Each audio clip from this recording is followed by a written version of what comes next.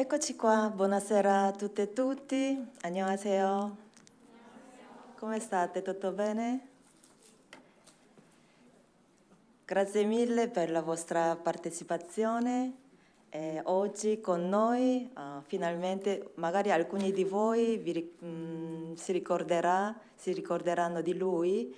Lui è il professor David Tizzard della Seoul Women's University, che aveva partecipato 2 anni fa, sempre in occasione del ciclo di seminari sull'Eurasia, però allora lui ha potuto partecipare solo da remoto, quindi oggi finalmente abbiamo qui in presenza il nostro super ospite.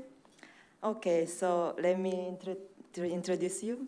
David Tizzard has a master's degree in Asian Studies, Sejong University, and he has completed his study with a PhD in Korean Studies at Hanyang University of Seoul by presenting the thesis on UK DPRK diplomatic relations. He is currently the professor at Seoul Women's University, as well as a visiting professor at Hanyang University. He also writes a weekly column in the Korean Times and appears every day live on South Korean radio. He's also working as the host of the Korean Deconstructed podcast. And we have also an important book. He's co-editor of the volume Korea 2, 2032, The Future of the Korean Peninsula. So as I mentioned before, he participated in the second edition by presenting a talk entitled Contemporary Korean Life and Its Discontents. This time, finally, we have him here. In this moment, actually, I'm editing a volume entitled ASEAN Community in Europe, which will be published by edizione. So his contribution will complete this important book. Today, the title of his lecture is K Invisible, the hidden mundane truths of Korean society and culture beyond the hallyu's dystopian and utopian vision. So thank you so much for accepting our invitation. Thank you for being here with us. And we are very happy to have you here. So I will give the floor to you. Thank you, please.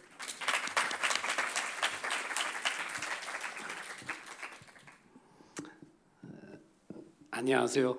만나서 반갑습니다. 우선 먼저 우리 존경하는 교수님께 grazie. And now I will speak English. I'm going to start by telling you a story. The story might involve some accents. I'm not very good at accents. Do please forgive me. Currently, I teach 9 lectures a semester. Right? 9 lectures a semester, yes. Next semester as well. It shows you how popular Korean studies is. It's nothing to do with my teaching, but Korea is really hot right now. And I want to tell you a story about Bernardo and Fira. Because after I've done 15 weeks with my students, and they come from all over the world, including Korea, of course, I ask them, so tell me something about Korea. Tell me what you've learned. And this is what Bernardo said to me last semester. Bernardo is German. Bernardo is a strange name for a German guy, I thought, but he's German. And he said to me this, and here comes the accent, so do forgive me. He said, Professor, Korea is nice, yes, it's good, but the roads, they do not drive well, they must learn, it is bad. And he started hitting the desk and getting very... He didn't like the way people drive in Korea. He was angry. They didn't drive well, they didn't follow the rules. And I said, okay, Bernardo. And then I went next to Fira. And Fira is from Indonesia, and she's Muslim. And she loves K-pop, and she loves ATs and Monster X, and she knows more about this stuff than me, right? And I said, Fira, tell me about Korea. And she said, the roads are so safe. And this is the stuff that gets me thinking. Because who was right, Bernardo or Fira? Are the roads in Korea safe or are they unsafe? Well, if you come from Germany, you go to the roads and you think, wow, these are very different from what I'm used to. And if you come from Indonesia, by the same token, yeah, the roads are very different. And so what I was getting, and I slowly realized that when I ask them what is Korea, and there's 450 students a week that I see from all over the world. When they tell me about Korea, I realized actually they're telling me about themselves. They're telling me about where they're from.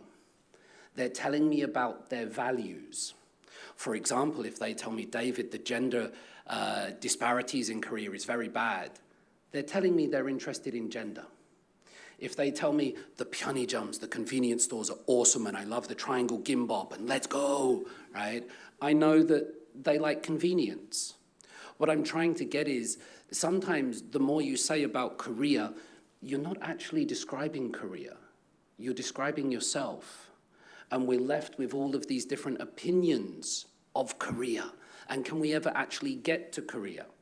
We can say that there's 51 million people. We can say that the economy is 11th, 12th in the world. We can count those things. We can count people and we can count money, but we can't really count values.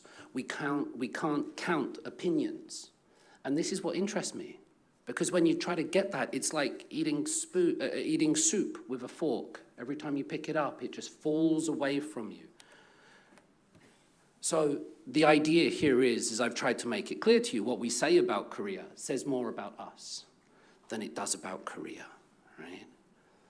And so then where is Korea and what is Korea? That's one of the issues that I want to look at today. This is some part of the theory. I won't bore you too much with theory. I'll try to do some more stories, but you can see this idea. Imagine viewpoint A is Bernardo, and imagine viewpoint B is Fira, and they're both looking at the object, which is South Korea. They end up with completely different versions of what Korea is. But they're both correct. They're both correct. Korea is pretty conservative and Korea is pretty progressive. Korea is pretty safe and Korea is pretty dangerous. Korea is awesome, Korea is terrible, right? Korea is boring, Korea is super hot. All of these different opinions tell us that everybody's looking at Korea. But at the end of the day, where is Korea? What's happening to the real Korea? This, hopefully, you might be finding is one of the title of my work, K Invisible. Like, where is this Korea? Can we actually see it? One confession is that I came up with the title K Invisible before I came up with this idea. I thought it just sounded good. I was like, K Invisible, yeah. I started making some like trap beats and making some music to it. And eventually I turned it into an academic idea. At the base of it, we're looking at the difference between reality and perceived reality. Right? The reality and the perceived reality, because there's a reality of Korea. I've lived there for 20 years. I go to all the universities. I'm there. There's a reality of Korea, and there's a perceived reality of Korea. And what I want to try to tell you about today is that I think, to a certain extent, the perceived reality is becoming more powerful than the actual reality of Korea. Now, in Korea, there's a population of about 51 million people, and those people know the reality of Korea. And outside, there's maybe people like you that you've been there, or you watch the vlogs and you're interested, and you read the webtoons, and you follow the Instagram accounts, and you see the TikTok trends, and you know about Korea. But that means there's like 8 billion other people that only have the perceived reality of Korea. So the focus is between these two things. Here's my hypothesis, just so it doesn't get lost, because you might come to the end of this talk and go, what was that about? This is the idea what it's about. That although technology is becoming more and more advanced, and 2 years ago I could give a lecture through Zoom, and I can do all of these things, despite an increasing level of content. Wow, how many sort of Korea TikTok trends and Insta trends are there? It's growing, it's growing, it's growing, it's growing. But despite all of this, we're no closer to actually presenting the reality of South Korean life. Moreover, social media encourages a distorted view of South Korean life. It encourages a distorted view where maybe everybody is a 멋진 oppa or something like this that you're going to meet on the streets. It's not true. There are some, Korean men are getting tall and more and more handsome. But ultimately, this might have dangerous effects. The concern is that extreme, hyperreal, this is a Baudrillard idea if you want to go that way into it, but the hyperreal representation of the country, often created for social media, for likes, for following, for clout, will become more influential than the lived reality. That the idea of Korea becomes more important than Korea itself. And here's an idea of a thinker that I've been looking at a lot recently. His name is Bernardo Kastrup, not related to the German Bernardo, by the way.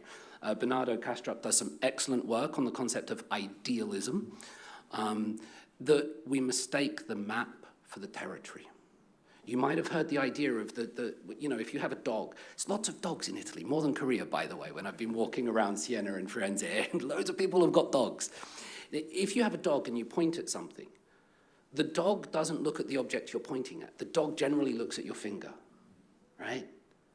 And so when you point at the moon, we should remember that the moon is there. At the moment, we're mistaking the map for the territory. We're getting confused. We're looking at the finger.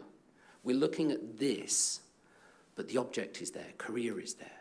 We're mistaking the finger for the moon. We're mistaking the map for the territory. Movies and dramas. Any of you seen this movie? I'm not sure. Yes, some people, okay. This is huge in Korea at the moment. It really interests me. A lot of the work that I do is about which dramas, movies, and music is hot in Korea and which is hot abroad. I've got wonderful data on that, like, who's listening to K-pop and what Korean people are listening to. It's very, very different. This is called Seoul. This is called The Spring of Seoul. It's about the military coup d'etat that took place in 1980 from Chun Do-han. You might also know a movie like Taxi Unjeonsa, A Taxi Driver, which is about the Gwangju uprising. Now, these are movies based on history. This movie, by the way, all Korean people have seen this. It's like a rite of passage. You must go and watch that movie. It's not history. It's a movie with really handsome people in it, right? And that makes, oh, wow. And then you go and Google search the people that were actually involved in these things, the real soldiers, and they look very different. But the trouble is, if you ask somebody, tell me about the military coup d'etat, what happened? They're going to tell you about the movie. They're going to tell you about that. That doesn't make them bad people. It just makes them, not many people read history books. Like, you are high performers. You're high performers. You're at university. You're able to listen to lectures in second or third languages and access theoretical ideas. You guys are high performers. Not everybody does what you do. The majority of people, they will access reality through these kind of movies, through these dramas. Now, let me give you this idea, because I told you Korea is really hot right now. I first went to Korea in 2005, and when I told my grandmother that I was going to South Korea, she very proudly told all her friends that I was going to South Croatia. South Croatia doesn't exist. I'm not sure how good your geography is. It might do in the future. I don't know what's happening with geopolitics and a certain man in Moscow, but little was known about Korea. Now, Korea's everywhere, but it never used to be that way. Let me give you a couple of ideas. Here is Warwick Morris and Jim Hoare. They went to the Ambian region in China, right? Now, Warwick Morris, he's this hugely influential person in the British Foreign Office. He helped open, him and Jim Hoare, they opened up the first British embassy in North Korea, in Pyongyang in the year 2000. When Warwick Morris wanted to study Korean language, he couldn't find a teacher. He couldn't find a teacher. Imagine that now with Talk to Me in Korean and everything online. It's so easy. He couldn't find a teacher. The only person he could find in London studied Shijo poems. And what good is that? This is Michael Harold, right? Now, Michael Harold, left and right, we drive on the other side of the road, right? Michael Harold went to North Korea. He finished university at Leeds, and he went to North Korea in 1989. He's a British guy, to edit the works of Kim Il-sung. Really weird job, but that was his job. And before he went, he wrote to the British Foreign Office and said, "Can you tell me something about North Korea?" In 1989, the British Foreign Office. You know what they said to him? "Actually, we're hoping when you come back, can you tell us about North Korea?" You don't have to go far back in time to find that people didn't know about Korea.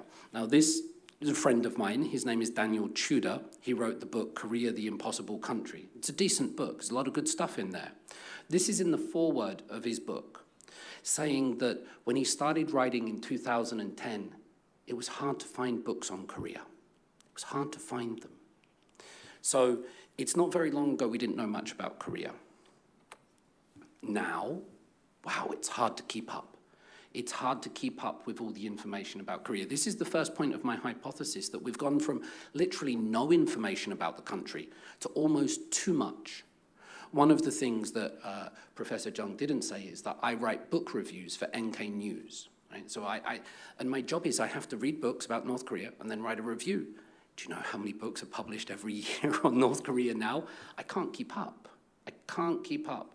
The content is just exponentially growing and growing, and it's not just books, but it's also all of these accounts, right? And it's North Korea and South Korea. What kind of content is there? So that there's more and more content about Korea. David, that's not a very interesting idea. Okay, but bear with me. What kind of content do we have? Did anybody watch this? This was Mark Manson. He was the author of the book, The Subtle Art of Not Giving Off a Beep. I don't know if I'm allowed to swear.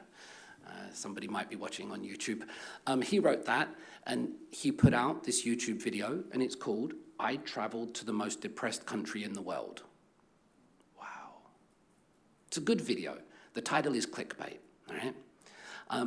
If you type, and I normally do this live in class, I could do it here, I'm not sure if it's a good idea or not, but normally I'll do it live. Go to YouTube and just type Korea documentary. Don't type Korea awesome, don't type Korea sucks, just type Korea documentary and see what comes up. As part of the research that I submitted for Dr. Jung, I listed the videos, and these are the titles that come up. Everyone will become poor, gender war in South Korea, why Korea is dying out, 20s, 30s, Korea dying alone. This content just, you see people actually searching now. They're like, is he right? I will check. Good, please check. Yes, okay. And what I found is all of this content doesn't match up to the reality that I live. Because I walk into lecture halls every day, and everyone's not just sitting there depressed with rain clouds over their head, wanting to kill all the girls and boys and dying. They're just normal people. But when you go online, you find this. And if you look in The Guardian, or if you look in CNN, look at what they report in the newspapers. It's always very extreme content. Of course it is. We know we live in a social media world like this. Very extreme content. But so what? Why is that important?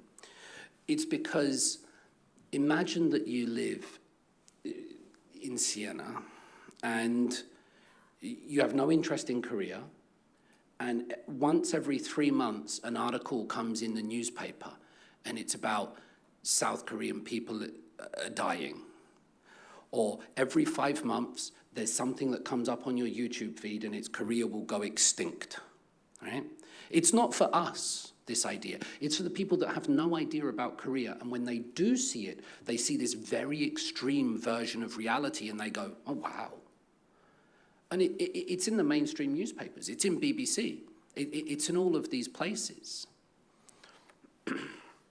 Maybe I'll just tell you a little personal story. I can't remember if I put it in the slide or not, but there was recently the suicide of Imsuk Jung, the Parasite actor, and Naya Joshi, great drama, by the way.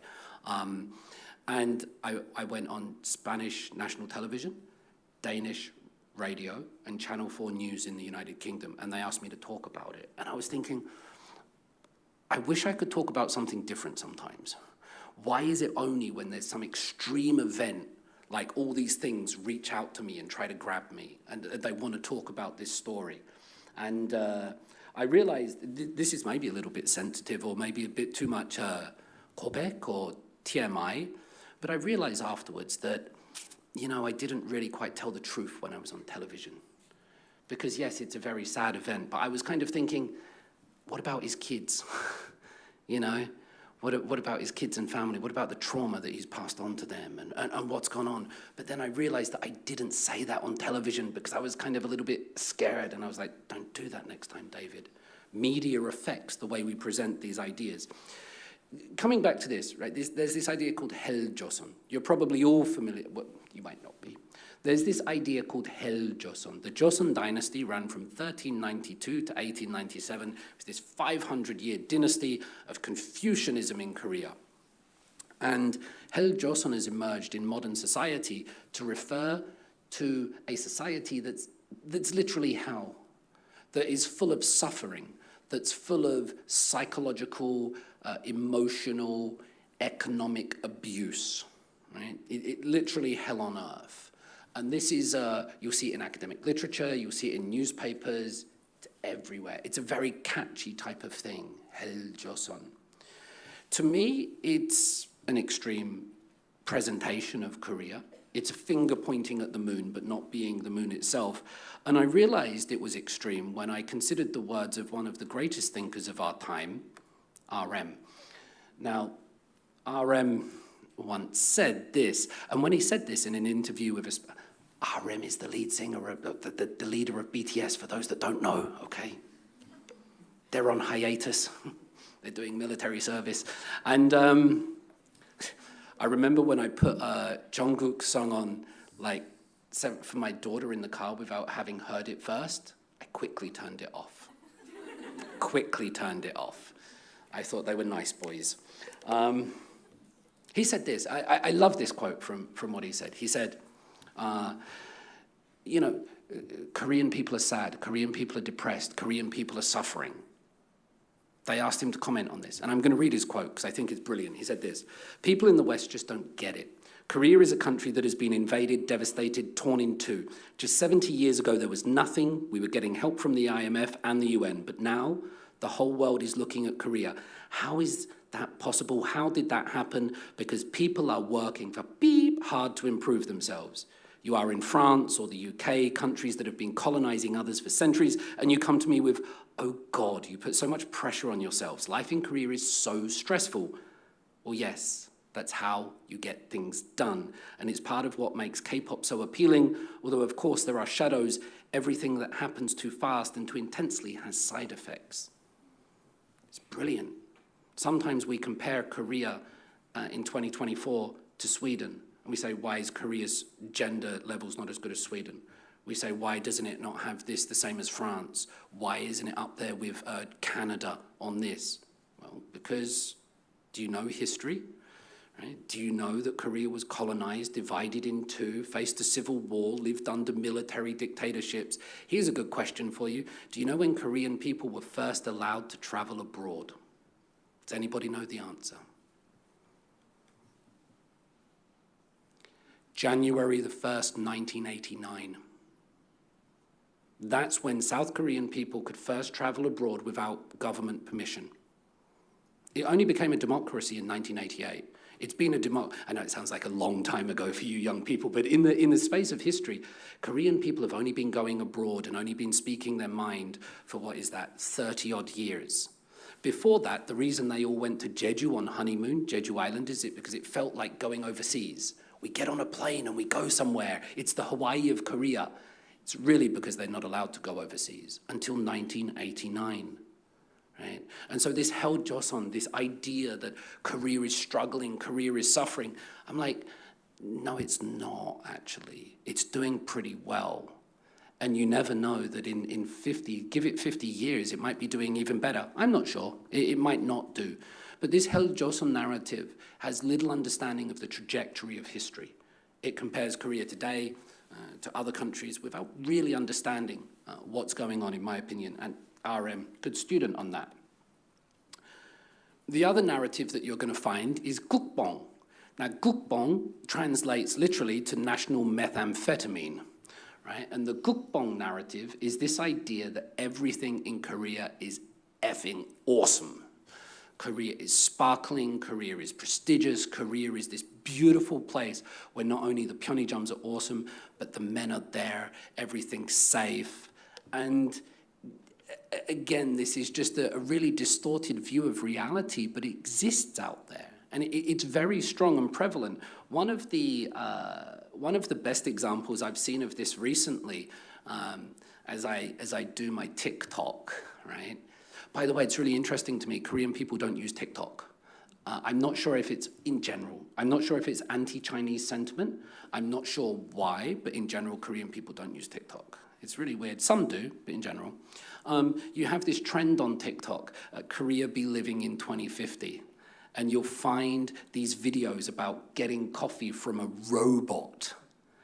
I get my coffee all the time in Korea, and it's normally a bored teenager giving me a coffee going, oh, Americano 나왔습니다, right? It's not a robot. This video, this YouTube one here, this is Jenny Moon. I'm not trying to throw shade on Jenny here, but she's done this really popular video about Korean rest stops. And what she does is she goes to Gapyeong Hugyeso. I go to Gapyeong Hugyeso 3-4 times a week. It's just a rest stop. And she's gone around and gone, look, they've got a bakery. They've got a pharmacy. And it presents this idea that Korea is, oh my God, look at this. Have you ever been to Gapyeong Hugyeso? Yeah, absolutely. It's not 2050. But this idea is so prevalent out there. What I'm trying to get at is there's Korea's out there, but there's two narratives. Hell-joseon, Hangukbong. These two. I'm not sure if anybody saw The Glory, right? Glory was... I watched all of The Glory except the last 2 episodes, and then I thought, I don't want to finish it. I want to make up the ending in my own head. I'm a bit like that. But I thought Hell-joseon and Gukbong were, some people have criticized me for this, but they were perfectly represented in that because you had these characters who were the epitome of Hell-joseon, and they were the bad characters, and they did drugs, and they had sex, and they bullied people, right? And for the first time, you kind of saw breast in a K-drama. And then you had the beautiful, pure Cinderella story of a girl that meets a guy who owns a hospital and he's a billionaire. And you know what they're going to do? They're going to sit together for 5 weeks, stay up every night, talk to each other, and then one day their hands might gradually brush and they'll run off to their own bedrooms. She'll sleep in a tent because it's like a Freudian example of sleeping in the womb or something, and they'll come out and they'll make breakfast to each other. But there's nothing weird going on. One of my favorite lines about this, it's a bit much coming from an old white guy, but I like it. In K-dramas and K-pop, everybody is beautiful, but no one is horny. And here you get that playing out perfectly in this drama. What I find interesting is that if you go back 20, 30 years, Korean society was pretty rough. Has anybody seen Memories of Murder by Bong Joon-ho? What a movie that is. If you haven't seen Memories of Murder, watch that. You realize how rough Korean society was. The swearing, the pushing, the kicking. When I first went to Korea, I used to teach this businesswoman.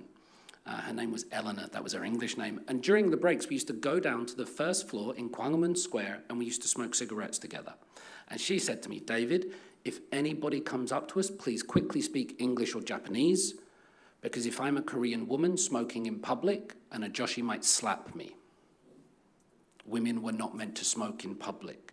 Korean society used to be pretty rough. It used to be very aggressive. There was a lot of shouting. There was a lot of swearing. One of my friends lamented that Korea has become too nice, too civilized. He said to me, this is Lee Tae-young, he's a KBS director, he said, David, I think we're becoming too much like the Japanese.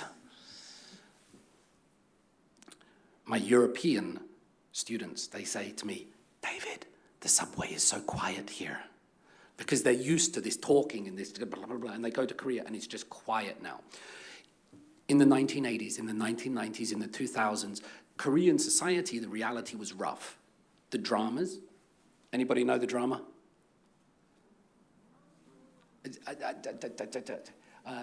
Hison? 맞습니다. Winter Sonata, very good. You're a bad Korean. Society was rough, right? The dramas were beautiful, fantasy, Cinderella. It was like this, right? So you have this disparity between the reality and the representation. Now check what's happening now. If you're going to watch a K-drama, yes, there's still lovely K-dramas, but Squid Game, right? Jiuhak, Jigumuri Hakyonen, right? Hellbound, Parasite. You get these dramas that are focused on death and dystopia and really negative stuff. But at the same time, guess what's happening? You can go to pride marches in Seoul. Women can smoke. Actually, women now have more tattoos than men in Korean society. They now wear crop tops. Go girls. Yes, queen. But what you get is you get this disparity between the media representation and reality. People see these dramas and they think, oh, wow, that means Korean society is messed up. And when I say, no, you've got it twisted. Actually, when you have these dramas that are very critical of Korean society, it doesn't mean Korean society is bad. Paradoxically, it means Korean society is getting better. You're mistaking the finger for the moon. How can that be, David? Here's one example. DP, unfortunate name for a drama in the English language, but we'll leave that for a different conversation. DP was about, thank you, somebody is laughing there, good. Don't ask, don't Google it. DP was about all of the bad stuff that would happen in the Korean military. All of the bad stuff, the bullying, the abuse. And that used to be real until South Korean people got to use their hand phones in the military, until they could actually record and take photos and stuff, right? Once the military got better, it's not perfect, no military is perfect, but once life in South Korean military got better, once there was less and less abuse, what did they do? They made a drama about the terrible stuff that happens in the military. They didn't make it while the bad stuff was happening. Society got better, the military got better, and then they made a drama about it. What I'm trying to suggest to you here is that as society gets better, the dramas get darker. The dramas get more focused on critical issues. The dramas start focusing on, wow, mental health and abuse and the glory and all of these kind of things. And what happens is people think the dramas are reality. Actually, they're the opposite. It's a very simple idea. You're probably thinking, well, yeah, this makes sense. I feel really embarrassed because you probably have genuine professors up here who tell you about hardcore research into Hanboks and Joseon Dynasty. I'm just trying to give you common sense. Here's common sense. Do you think, look, North Korean people, by the way, they watch dramas, they watch movies, they watch TV, they date, they go to the dentist, they do all of these things, North Koreans, right? When they watch television, they watch dramas, do you think their dramas shed a critical light on society? No. Do you think their dramas are fantasy release and glorifying life and everything's rosy? Yeah, absolutely they do. I ask my Chinese students about this. What are the dramas like in China? And do you have like Squid Games in China? And they're like, The point here being is only open societies, only progressive societies can show, which side am I, this kind of stuff. This kind of stuff doesn't mean Korea is bad. It actually means it's open. It actually means it's kind of progressive. And you can check that by looking at North Korea. So why does this content come about? Why do we have so much Kukbong and Helljoseon? I don't know why I keep using this picture, but I just like it. This really interested me, okay? This academic research.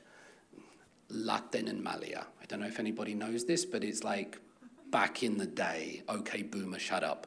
When I was growing up, It used to be sticks and stones will break my bones, but names will never hurt me. We can say whatever we want. It's just words. This is a different society. Words matter. We have to be respectful. We have to be cognizant of these things.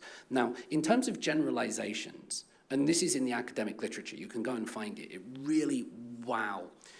Imagine, and they did these tests. Imagine Professor Jung, she's going to sit a test, and the test is a math test or a science test.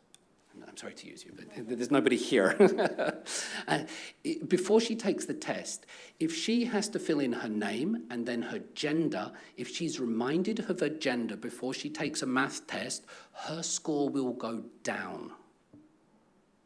Because subconsciously she's reminded that she's a woman, and subconsciously she's reminded of the generalization that, don't shoot me, women are meant to be less good than men at math.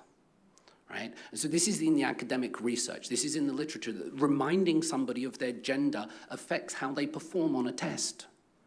By the same token, check this out, if they're reminded of their ethnicity and they're reminded that they're Asian, their score goes up. Their score goes up. The words and the values that we use, it's not just about morality. It's not just about, you shouldn't say that. That's not very nice. It's not about that. It actually affects performance. It actually affects performance in tests. It actually affects performance in the real world when they check this. So what we say about people is not just words. That's a fascinating thing. And remember that when I sort of try to come to this conclusion. So why do we get this extreme content? One of the reasons, I'm not sure how many have read Edward Said's 1978 Orientalism. Basic idea of that is power and narrative. Now, we get this Orientalist comfort. If you check South Korea's deaths due to COVID, very sensitive, I'm sorry, check South Korea's deaths during COVID, really low. One death is a tragedy, but really low. Compare them to the United Kingdom, where I'm from. Compare them to the United States. Compare them to France. In South Korea, very, very few people died. And guess what? South Korea didn't have a lockdown. They never locked us down once. I had to see photos of Queen Elizabeth, right, II, sit there at her husband's funeral all by herself because it was during a British lockdown. And normally there's going to be, I'm sorry, we're British, we like royal families, right? There's going to be horses and gold carriages and all of these things going on. She had to sit there by herself because it was during a lockdown. Now, South Korea never had a lockdown. And so, well, it must be because they're all obedient. That's it. That's why South Korea, they didn't have a lockdown because they're all obedient.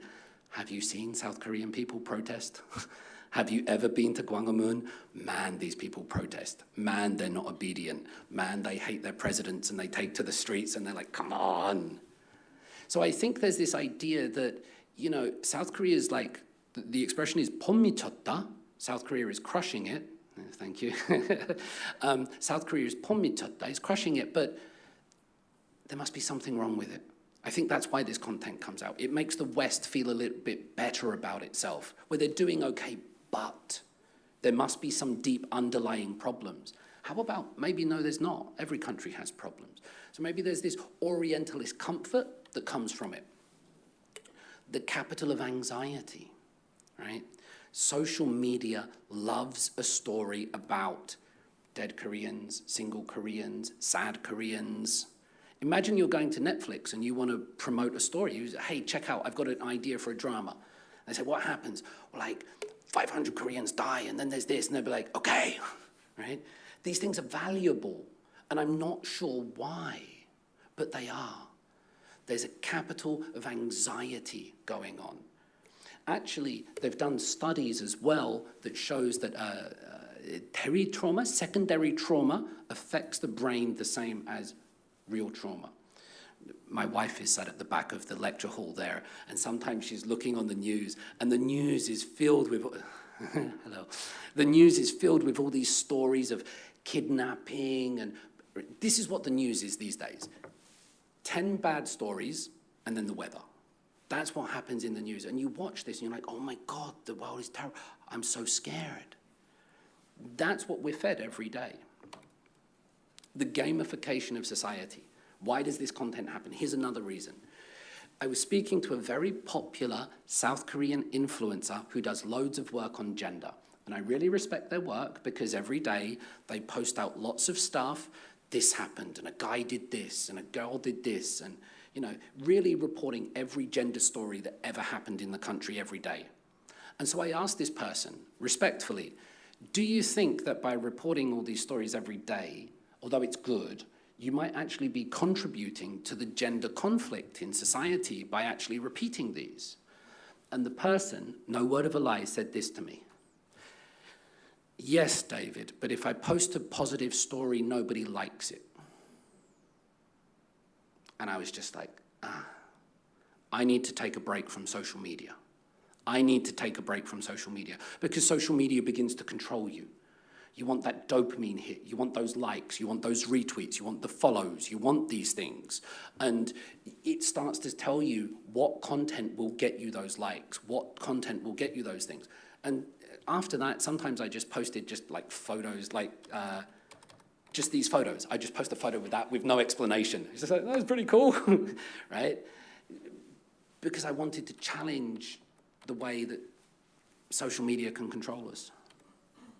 So if South Korea is not Hell Joseon, and if South Korea is not hell, and South Korea is not heaven, then what is it? Well, I'm not going to give you the truth. I'm not going to red pill you. I can't do that. I'm also a human. I'm going to give you a different ideology.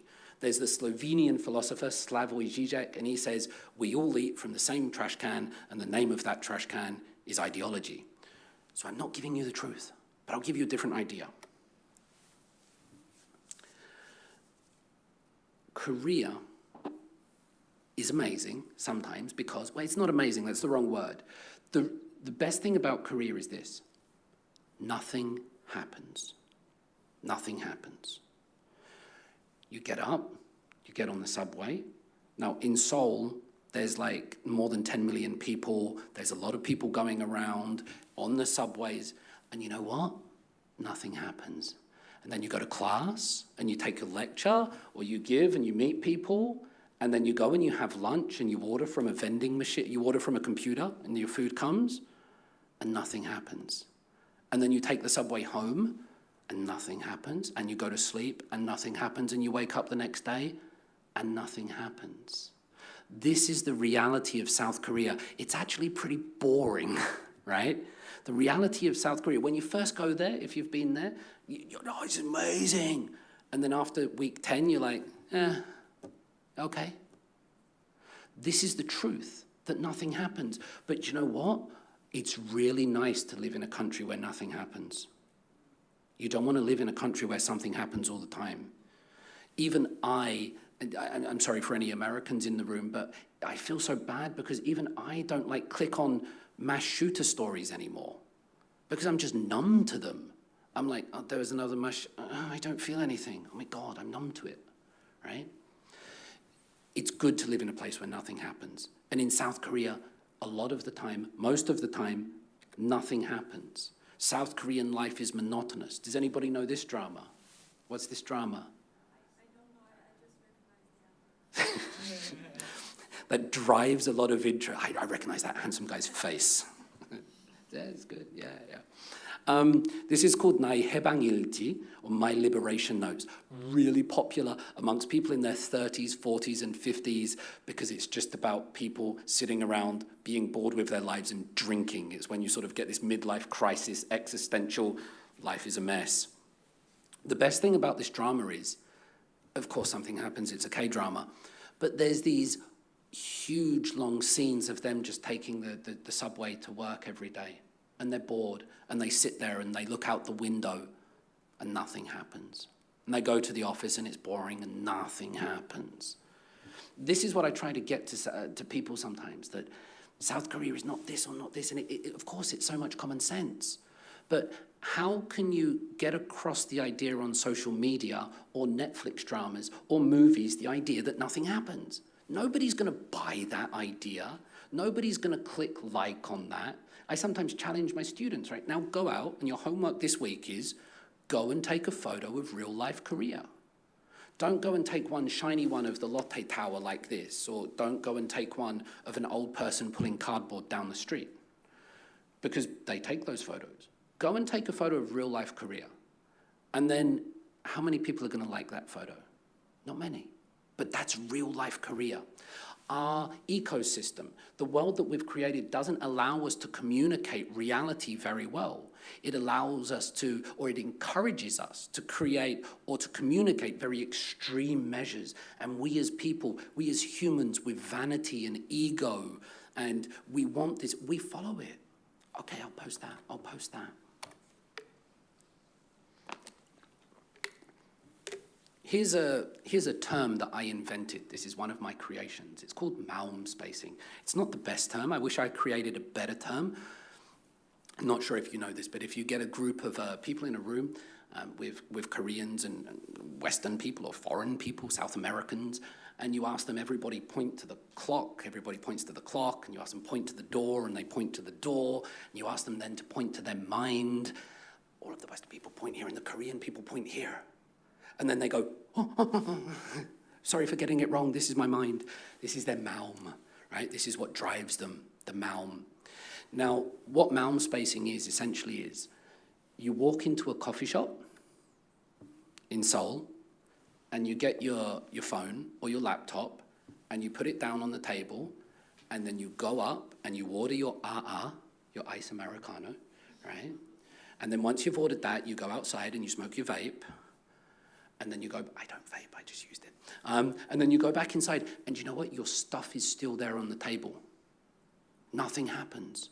Nothing happens. People do that all the time, and they'll just leave their laptop there and go to the toilet, and these things cost thousands of dollars, and they do that all the time.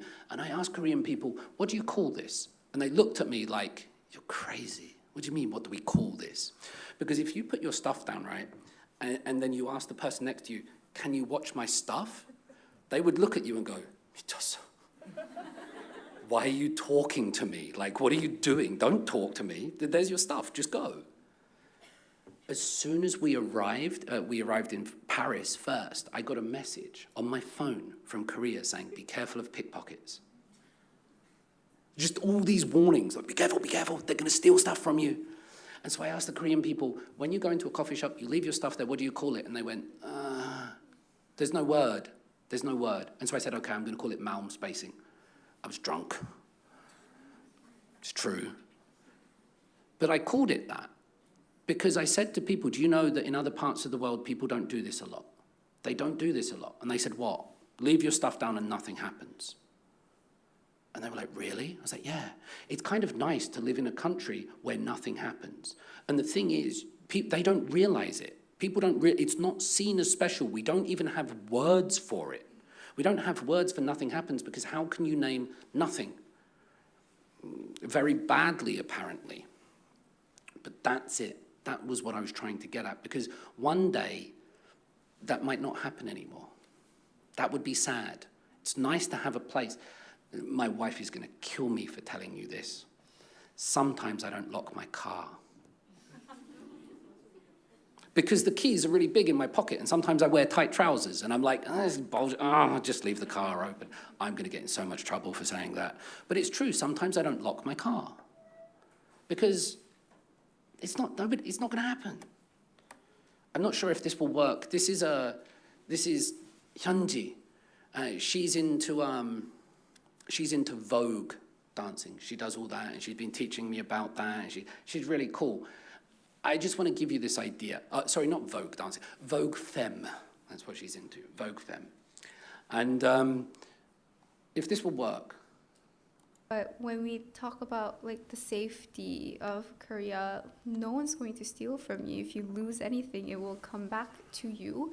I'm never scared of like going outside like past a certain time for my safety, because I know if someone's going to harm me or someone's doing something that's like not illegal but morally wrong, I guess we will come and get you.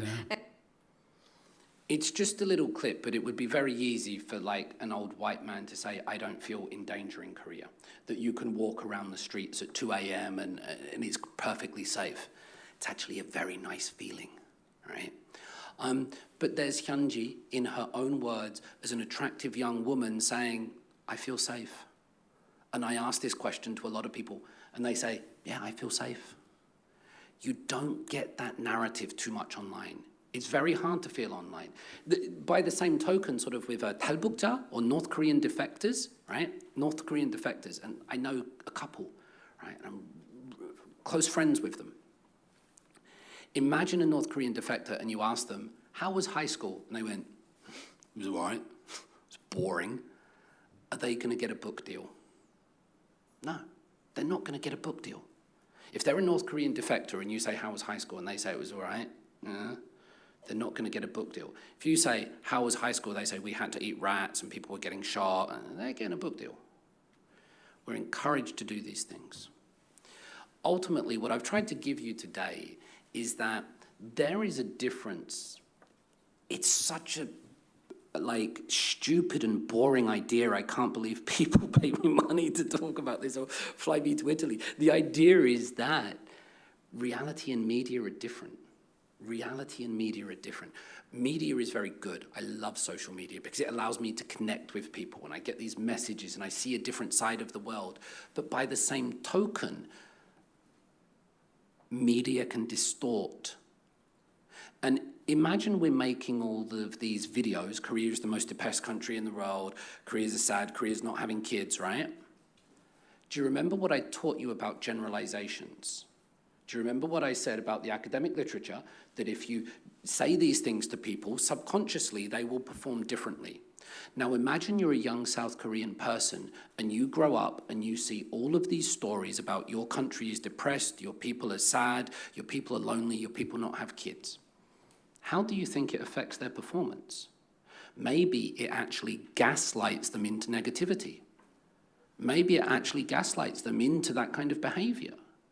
Because the whole world is talking about them like that. And maybe you think, oh wow, I'm Korean, I guess I should be depressed or something.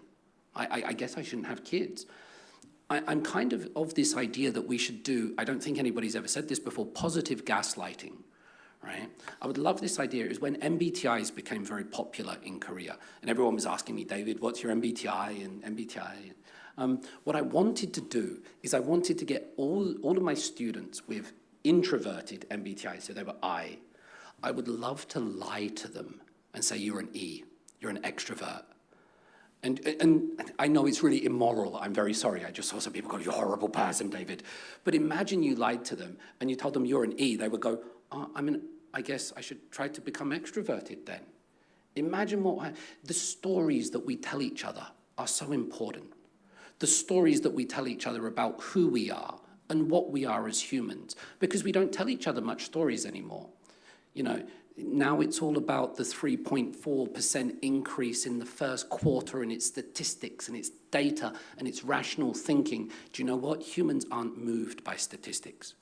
Some people are, but in general, humans aren't moved by statistics. We're moved by stories. We're moved by narrative. We're moved by myths, and we've lost the dragons. We've lost the stories to a certain extent, and we need them. And the stories that we are telling ourselves about ourselves and the stories that we are telling about Korea, generally, I'm not sure that they have the right effect. I can see the stories that are being told. I think I know why they're being told, but I wonder, what is the end result of all this? And are we mistaking the map for the territory? Perhaps not me, perhaps not the professors or you, but the rest of the world when they think about what Korea is. Because Korea, sometimes nothing happens, and that's a good thing. That's it. I mean, I've probably spoken for too long. I'm not sure how I did on time, but we're about there. I hope some of you have something to tell me where I'm wrong, or you have a question, or you have something you want to ask to me or to Hyunjung back there. If you want a woman's opinion, you can do that. So thank you for your attention. Thank you for listening to K Invisible, everybody. Thank you.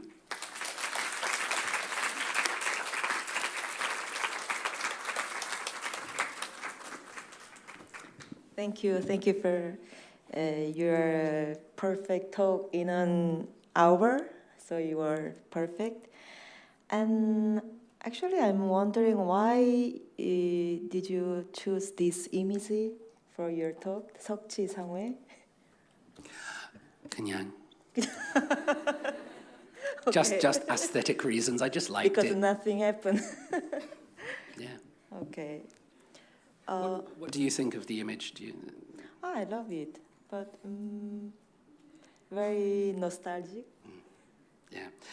I love the word 향수 향수. in Korean, which kind of means nostalgia and perfume at the same time. Homesick. Yeah. It's really nice. Yeah. Professor taught me what tiramisu means today. So Okay. So, any question?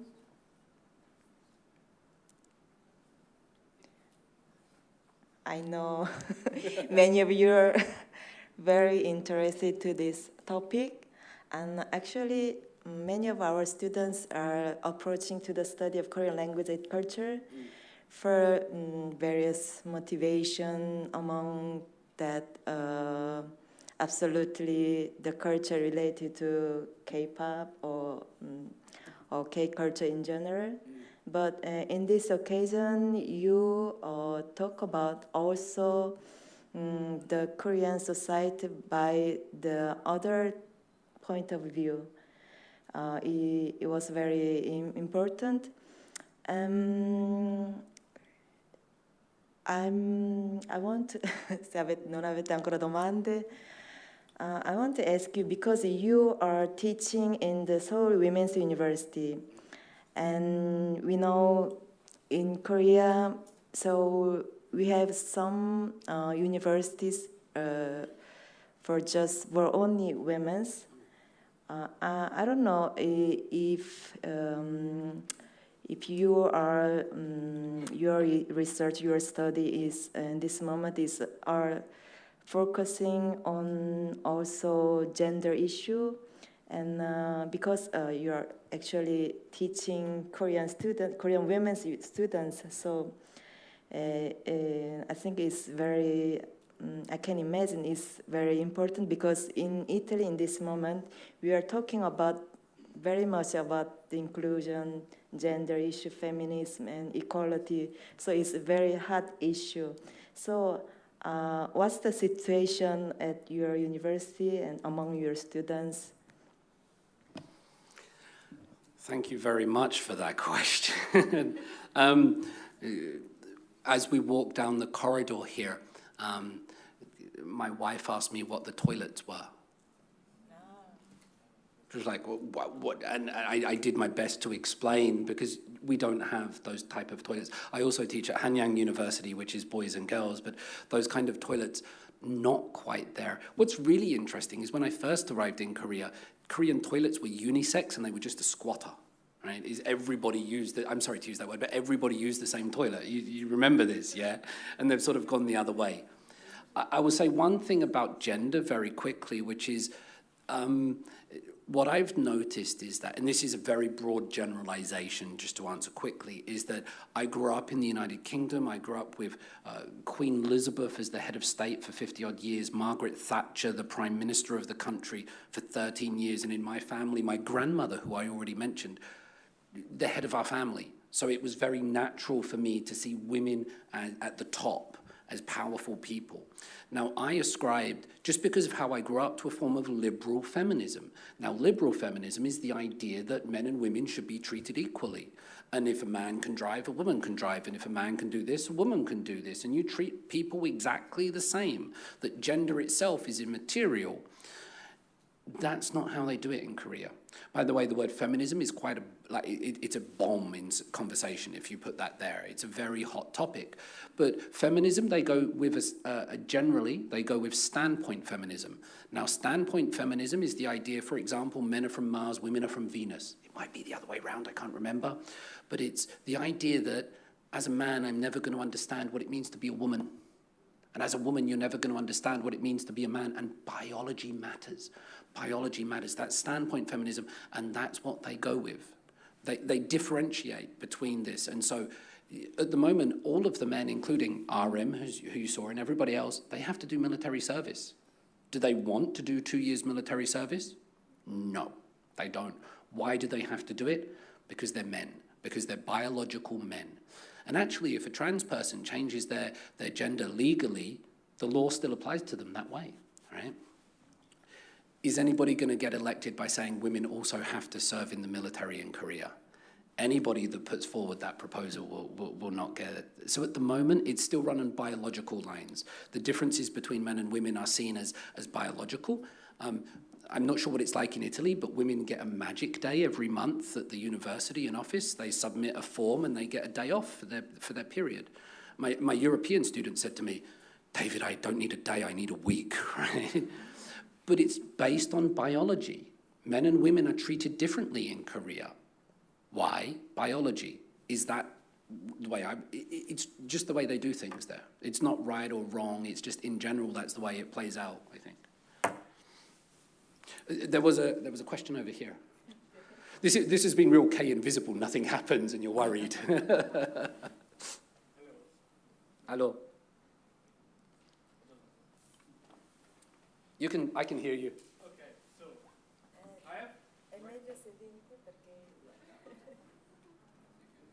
Wow, no pressure. Yeah, totally not something. You have to go there to talk to. I'm not that important to you.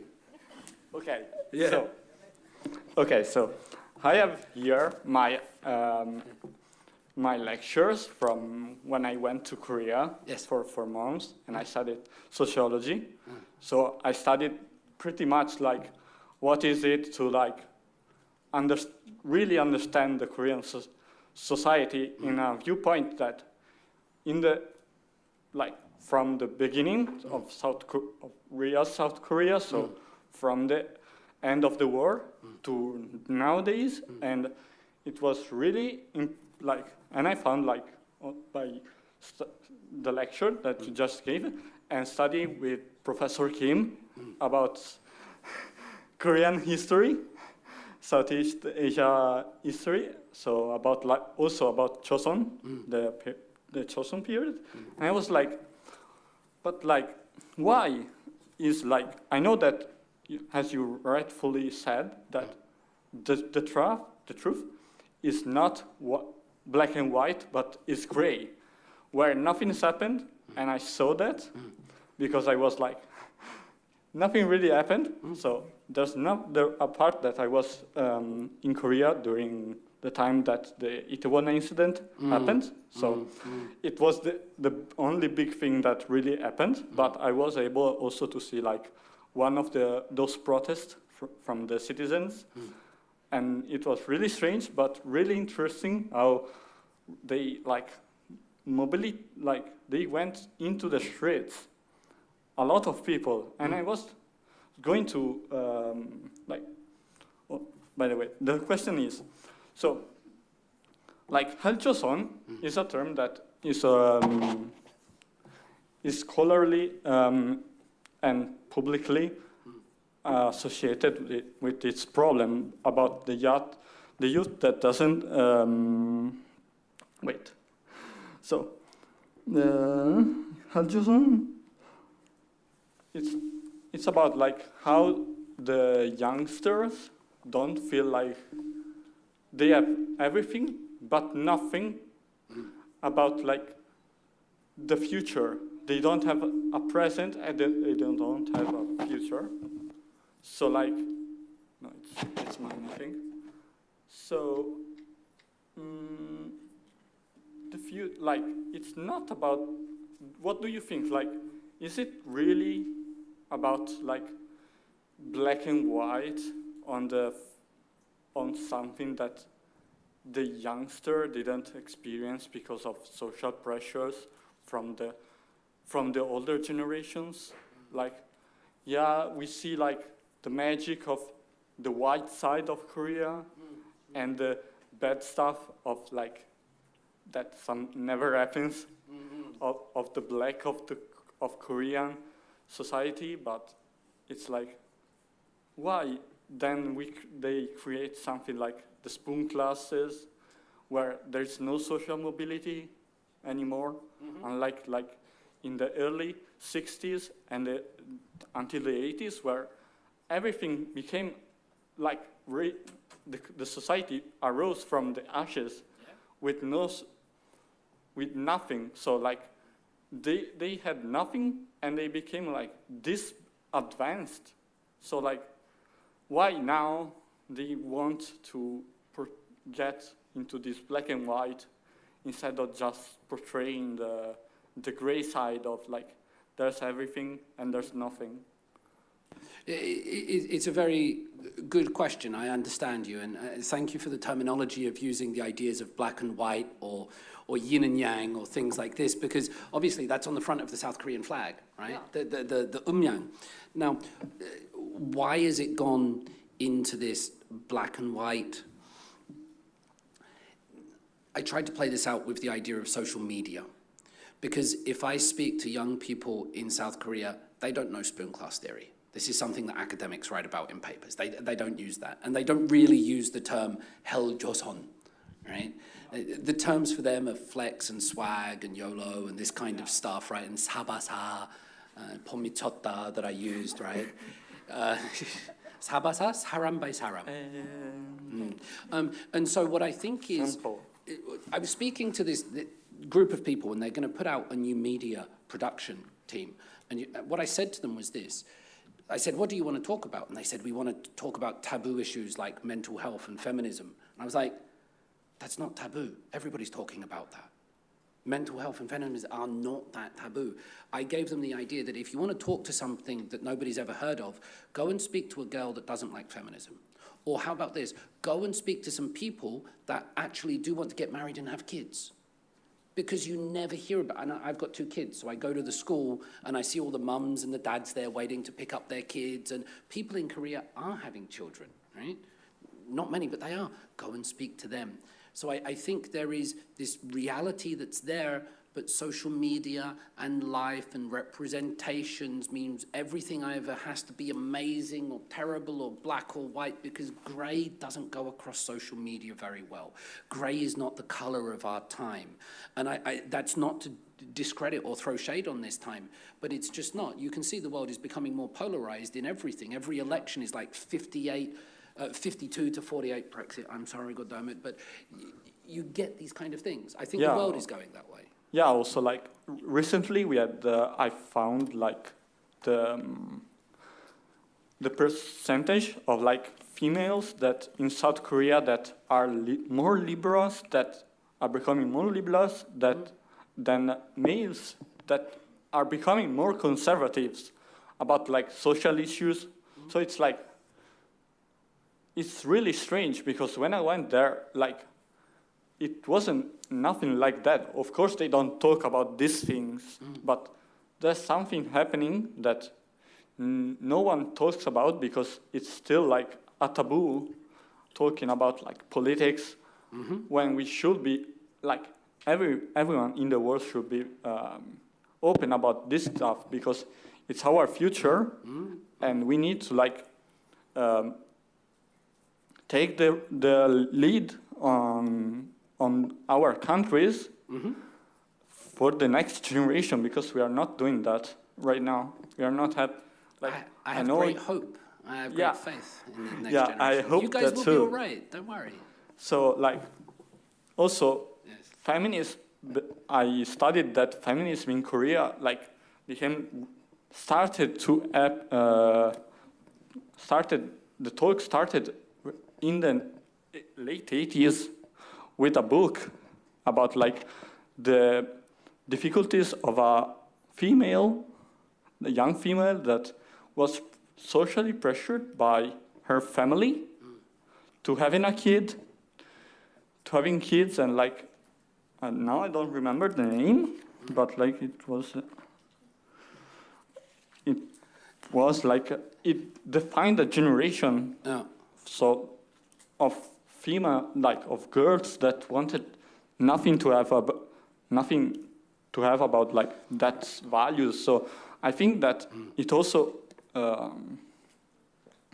showed what has become of society, like right now with low birth rates and like everyone thinking about their lives and not about like future when they see also, because also the words Joseon, like they don't see their future, they don't see their present, they don't see their future right now. I think we need to be careful. I really like your questions, and I think we need to be careful about talking about they, and because they're all diverse and they're not monolith. And perhaps on the idea of feminism or gender, what really interests you, maybe it might be interesting to see if any women have an opinion or a question or something like that. I'm not sure. While we're here, thank you very much for your ideas. It's really good. I appreciate it, especially the black and white. Thank you. Does anybody else have an opinion or an idea or something? I bored you into silence. Hello, yes. Sure.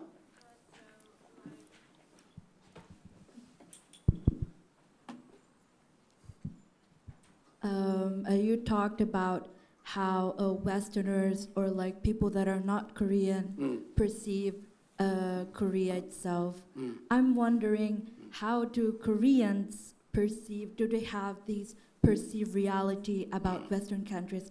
It is romanticized, or like, oh my God, Western countries are like horrible, or maybe like, do they still have that idea of what especially the old Hollywood movies portray in their movies, that America is the land of freedom or something like that? I would like to, that is one of my questions. And the other question is, what do Koreans think about the sudden, like this overturn regarding that, especially those who lived, who are already adults in the 90s and early 2000s, where drama initially portrays this romantic perception of Korea, and then now it's the opposite. Like, I would like to ask, what is their opinion about that?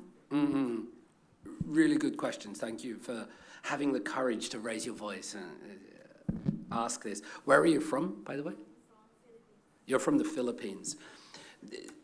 What's really interesting to me is technically way back in history, there's this thing called 사대주의, which means serving the great. But Rose from Blackpink or something, she can get to #1 in the Philippines, and she could be there for 10 weeks and it wouldn't be reported in South Korea.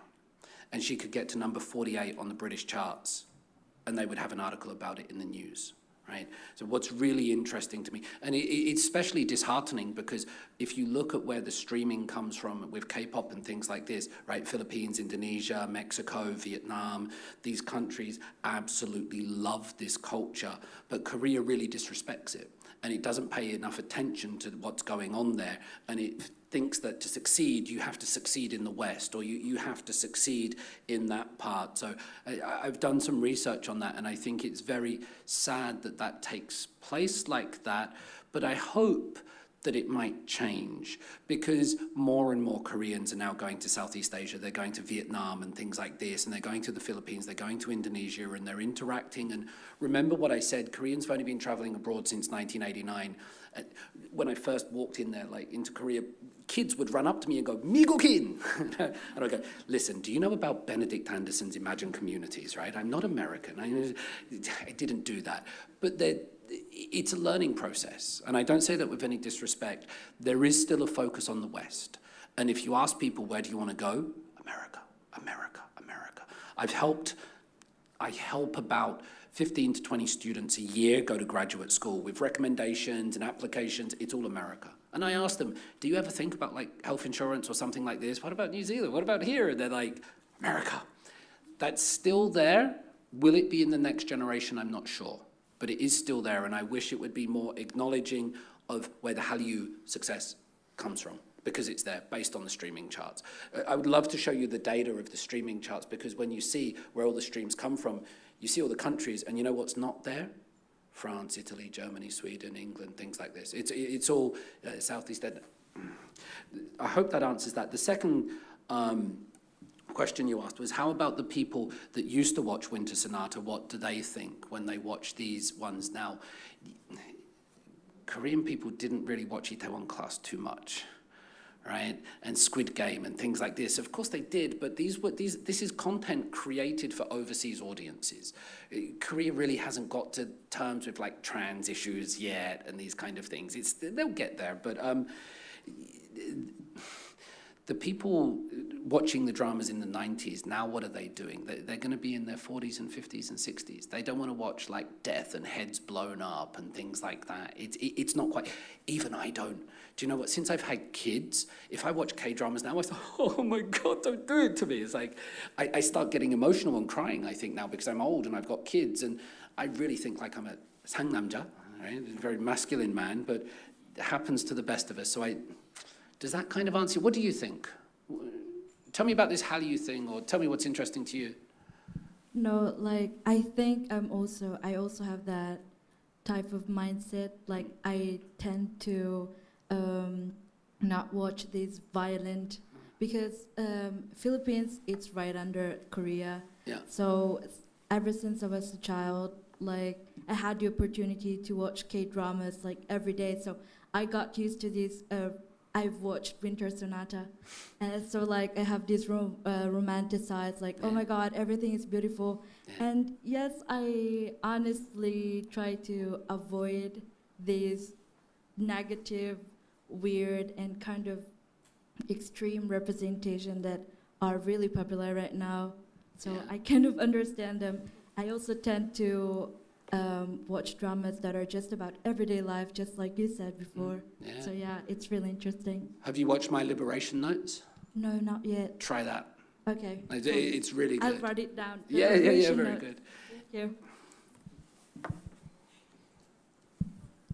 Hello, good afternoon. I have a question. Maybe it can be controversial, or maybe I'm... Oh, good. Or maybe I am too paranoid. But by the way, the question is, or maybe I need to argument it more. As a K-pop fan, as a person that discovered K-pop, the K-drama industry, sometimes I ask myself, is it good to follow this industry that is good on the outside but bad on the inside? Should we demonize it or not? Like, I know that it's not all black and white, but it's gray. But has our foreigners or the Korean citizens, I just wanted to know if it's a really bad thing in the backstage or not. And another question is the thing about the sexual orientation in Korean. Like, for example, there is an idol, Holland, and I wrote that agency didn't accept him because he was gay. Like, what people think in Korea about this type of things? Sorry. Really awesome questions. Can I start by addressing your second question first? And we are getting into sensitive issues, and I am old and I might use language that's a bit different from you, but I try to be respectful, okay? Nobody in Korea has ever heard of Holland. Nobody in Korea knows. Holland is the first gay pop star. Nobody's heard of him. Nobody's heard of Black Swan either. This is for the Western market. This is for the thing. And in Korea, there's a term called 시기상조. 시기상조 means now's not the time. Now's not the time, right? And now, if you asked every Korean in the country, should we allow gay marriage? Right now, 51 million people. I reckon it would fail by about 65 to 35, maybe 70 to 30. I think it would fail, right? Now, when Taiwan legalized gay marriage, they had a referendum before they legalized it, and the majority of people said no, and Taiwan said, we're going to legalize it anyway because it's our constitution. Now, Korea does things by majority. Korea does things by majority. So what it's saying, right, is they're saying, when the time's right, we'll do it. If we do it now, we might cause disruption. And this is a really interesting question. Is it more democratic to, let's say, legalize gay marriage before society's ready? Or should you wait until society's ready to do it? That's a really difficult question. I don't have the answer to that. Because also think about the long-term impacts of something. That if you push an idea onto a population before they're ready for it, guess what might happen? People might get anti that idea and they might push back hard against it. There is a line of thinking that Korea might implement gay marriage in the next generation, and it might be more long-standing than what people have done in other countries, because they did it once the society was ready. So that's what I would say about the gender issues, that in Korea they generally do things by majority. Yes, this means the minority gets suppressed, and it's sad and it's bad, but I'm not making these decisions. They tend to do things by, what does the majority say? That's how they do it. Is that democratic or not? I hope that gives you something to think about. In terms of K-pop, what I find really interesting is that my international students are huge on K-pop. My Korean students generally grow out of it by high school. By high school, they're done with K-pop. By university, it's they're Swifties, they're Justin Bieber, they're Post Malone. They really change. And the international students, they come to Korea and they're like, let's talk about New Jeans and Monster X and this kind of thing. And the Koreans are like, if K-pop makes, when you do studies on K-pop, I'm going to say something really controversial to you now. And normally I take 3 hours to make this idea. I'm going to give it to you in 30 seconds. You might hate me. K-pop is like a religion. And the people that find comfort in K-pop are generally people that sometimes feel excluded from their main social groups. So they feel a little bit excluded from society. They feel a little bit excluded from the mainstream. And they find in K-pop, they find a great deal of comfort, they find community, they find acceptance, they find people that will listen to them and accept them for who they are. And it's actually a global community. And that's a beautiful thing because it recognizes people and it sees people. And then you know what happens? Sometimes people then, they get their life together a little bit and then they're going good. And then they sort of say, I don't need K-pop anymore. Just like some people, they use certain things as a crutch or something to get better. Sometimes it's not about the religion, is God real, or it's about the community. It's about going every Sunday and having coffee and meeting people and how's your kids and what's going on. So I think K-pop, there's lots of things going on behind the scenes with the music and it's getting better. Sometimes things are just a bop, you know. The fact that New Jeans get to use drum and bass in their songs and Taemin puts out some bops and I like the music. But K-pop is like a religion. It has idols, it has worship, it has community, and it provides a home for people that need it, and that's brilliant. Sometimes people then say, I don't need it anymore. I'm good. I'm not going to turn my back on it, but I don't need to do that anymore. I don't need to stream. I don't need to buy 5 copies of the album. I'm good now. And they're good maybe because they had K-pop. So I think K-pop is not about the music, it's about that effect it has on people, and I think that's a good thing. What do you think about that? K-pop is a religion that helps people in times of need, and when they get life together, sometimes they grow out of it. That's a pretty controversial thing to say. Yeah, I experienced that thing. I am almost out of it, and in the first period, I was like, oh my God, the community. Who was it? Who are you into? I'm curious, come on.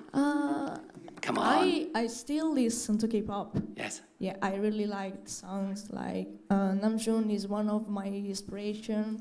I don't know, new groups, maybe Tomorrow by Together, GIX, New Jeans sometimes too.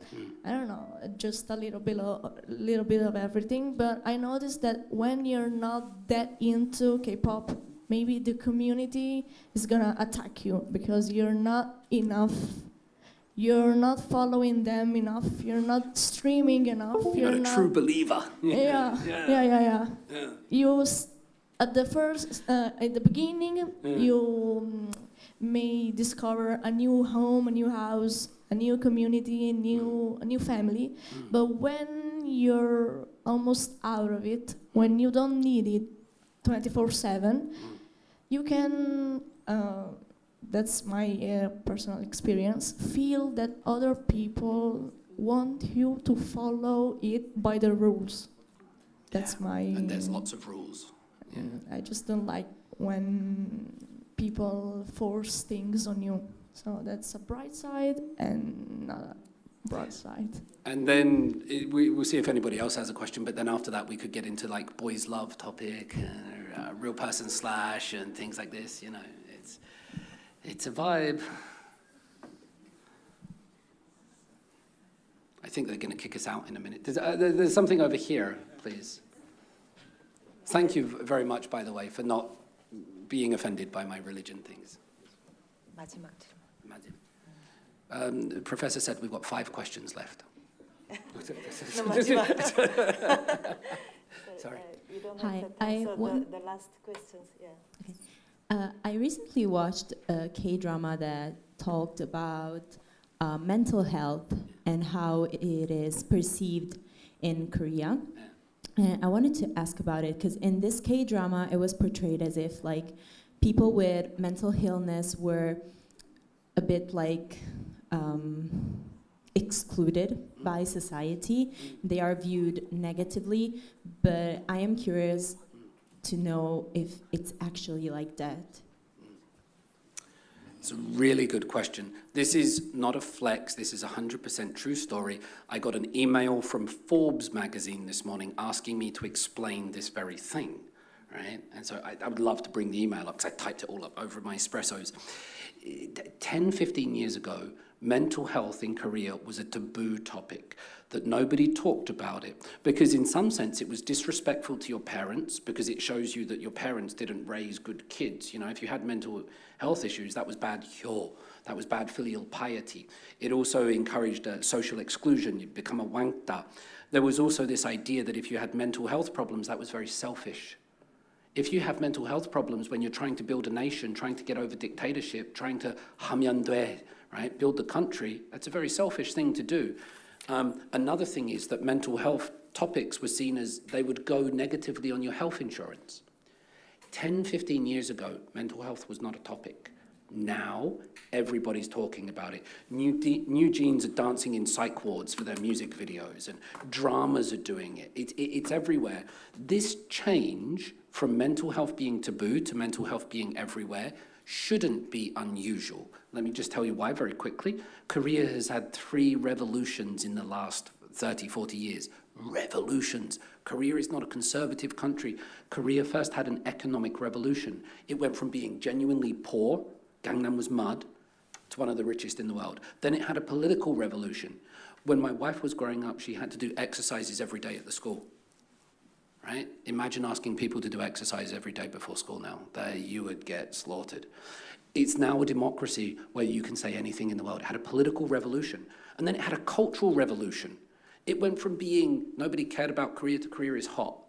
Korea has revolutions. Now it's having another one. And it's changed so quickly. But I spoke to Sonulhan Yorumpam. She's a very popular online psychologist, right? I spoke to her on my podcast. And the academic literature backs this up. Who's most interested in mental health? Young, educated women. These are the people that mental health topics speak to most. I was raised differently. Men don't cry, hold it, put down the emotions, David, don't reveal them. That's how I was raised. Young, educated women are speaking about mental health. Who's writing the dramas?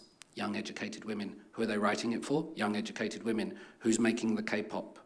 Who's leading the online things? What it shows you, this rise of mental health, is it shows you the rise of gender. It shows you the rise of women's voices. It shows you the rise of education. It also shows you that mental health is a luxury issue. Because if you're working in a factory, do you care about mental health? No, you care about paying the rent. You care about getting food, right? In this type, why is mental health a topic now? Because we've got Netflix. We've got an apartment. We're not all doing great, but mental health is a luxury. Mental health is a first world problem. You ask people in sub-Saharan Africa about mental health. Yeah? So I would say that mental health is changing incredibly, and it's everywhere, and it shows Korea's success. It shows that it's a first world problem. It shows that women are getting better. I would also suggest very quickly that sometimes mental health is used as it's capitalized. People use mental health for capital gain. Let's put mental health in our drama, it will be more successful. One thing I will say is that international students, when they email me, it's got their pronouns in, and sometimes their social media bios, it's got like ADHD or these kind of things they'll tell me in class. I've never received an email from a Korean with their pronouns in, and no Korean has ever told me about their neurodivergences. They've never said to me in class, I'm ADHD, I'm bipolar, please help me with this. I get that a lot from international students. Never had it in real life in Korea yet. Does that help? Does that help? I'm asking you, what do you think? Okay. Should be really quick, should be really quick. I'm just curious. Maybe I think because we, like in most Western countries, the debate about mental health has started first. Maybe we are a bit ahead of the time, and maybe we are more comfortable speaking about it.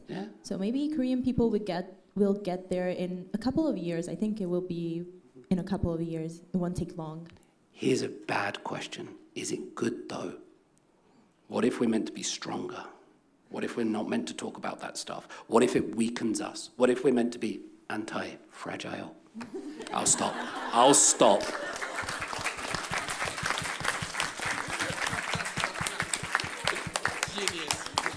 Thank you. Okay, so No more dancing. No more dancing. thank you so much. Let's thank you with applause. Thank you. Your lecture were wonderful. You are simply amazing. You seem actor, right? So thank you. So I really hope to see you here again. Yes. Maybe let's see in Korea. Thank you. Grazie a tutti.